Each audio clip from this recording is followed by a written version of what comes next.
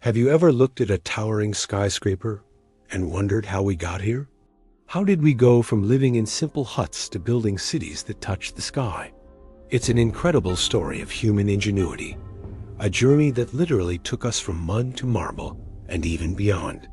Let's travel back in time and explore the amazing evolution of architecture. Our story begins over 10,000 years ago with our earliest ancestors. Forget about blueprints and construction crews. The first human-made shelters were all about survival.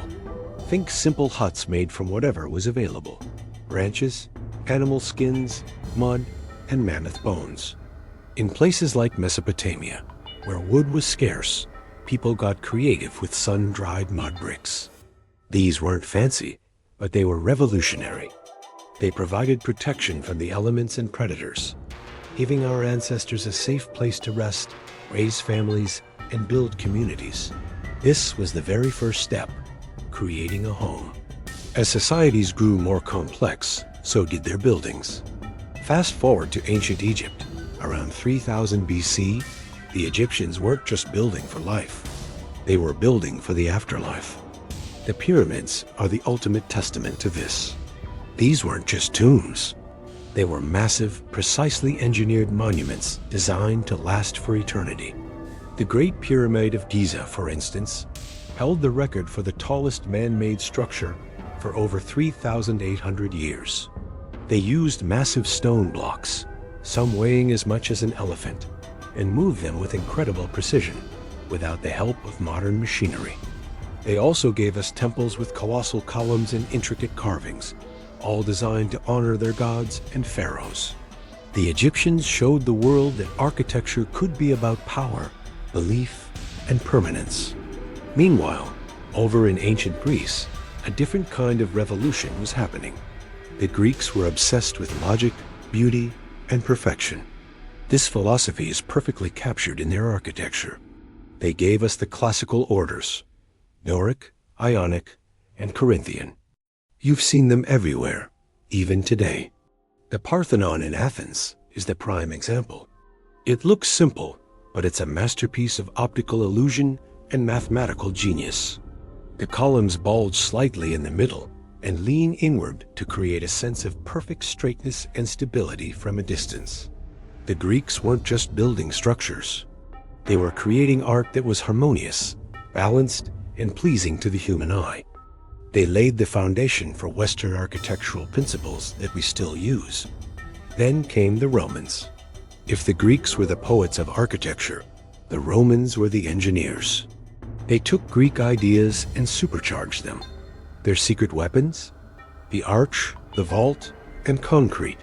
These innovations allowed them to build on a scale never seen before.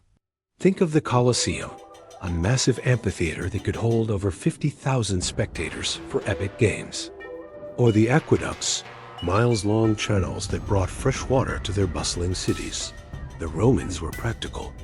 They built roads, bridges, and public baths that improved daily life for their citizens. They showed that architecture could be used to organize society and engineer an empire. Their influence was so profound that you can still see Roman ruins standing strong across Europe and the Mediterranean today. After the fall of the Roman Empire, Europe entered the Middle Ages. This period gave us two distinct and breathtaking styles. First came the Romanesque, with its thick, heavy walls, rounded arches, and small windows.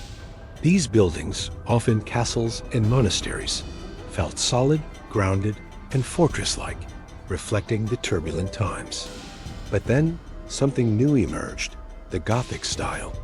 Architects wanted to reach for the heavens, to fill their cathedrals with light.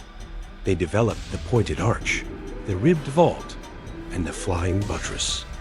These innovations allowed them to build higher and thinner walls, and to install huge, magnificent stained glass windows.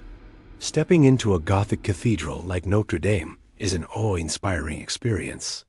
It's designed to make you feel small and to draw your eyes upward towards the divine. The Renaissance, beginning in the 14th century in Italy, was a rebirth of classical Greek and Roman ideas. Architects like Brunelleschi and Palladio looked back to the harmony and proportion of antiquity. They rejected the soaring complexity of Gothic style and returned to symmetry, simple geometric shapes like the circle and the square, and the classical orders. Brunelleschi's dome for the Florence Cathedral was a marvel of engineering that kicked off the era. Renaissance architecture was about humanism, celebrating human achievement and intellect. It was elegant, rational, and created spaces that felt balanced and serene. The next few centuries saw a whirlwind of styles. The Baroque period brought drama, emotion, and ornate decoration, as seen in the Palace of Versailles. Then came Neoclassicism, a return to the grand simplicity of ancient Greece and Rome, popular for government buildings like the U.S. Capitol. But the biggest change was yet to come. The Industrial Revolution in the 19th century changed everything. New materials like iron, steel, and large panes of glass became available. For the first time, architects could design buildings with strong, lightweight skeletons of steel, allowing for greater height and bigger windows.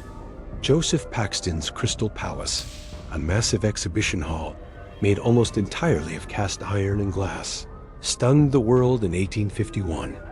This was the dawn of modern architecture. The focus shifted from decoration to function. A new philosophy emerged. Form follows function. The 20th century saw this idea explode. Architects like Le Corbusier, Frank Lloyd Wright, and Mies van der Rohe became global icons. They stripped away ornamentation, embraced clean lines, and experimented with open-plan living. Frank Lloyd Wright's Falling Water, a house built over a waterfall, sought to blend architecture with nature. Mies van der Rohe's glass and steel skyscrapers gave us the famous phrase, "less is more," in defining the modern city skyline. This was the age of the skyscraper, a symbol of corporate power and technological progress. And that brings us to today. Contemporary architecture is incredibly diverse. There are no single dominant styles. Architects now have access to powerful computer software and innovative materials, allowing them to design complex, gravity-defying shapes we could only dream of before. Think of the Guggenheim Museum in Bilbao or the Burj Khalifa in Dubai. There's also a growing emphasis on sustainability. Green architecture focuses on designing buildings that are energy efficient, use sustainable materials, and have a minimal impact on the environment. We're seeing buildings with green roofs, solar panels, and natural ventilation systems. From a simple mud hut to a self-sufficient smart building, the evolution of architecture is the story of humanity itself. It's a story of our needs, our beliefs, our ambitions, and our relationship with the planet. The next time you walk through a city, take a moment to look around.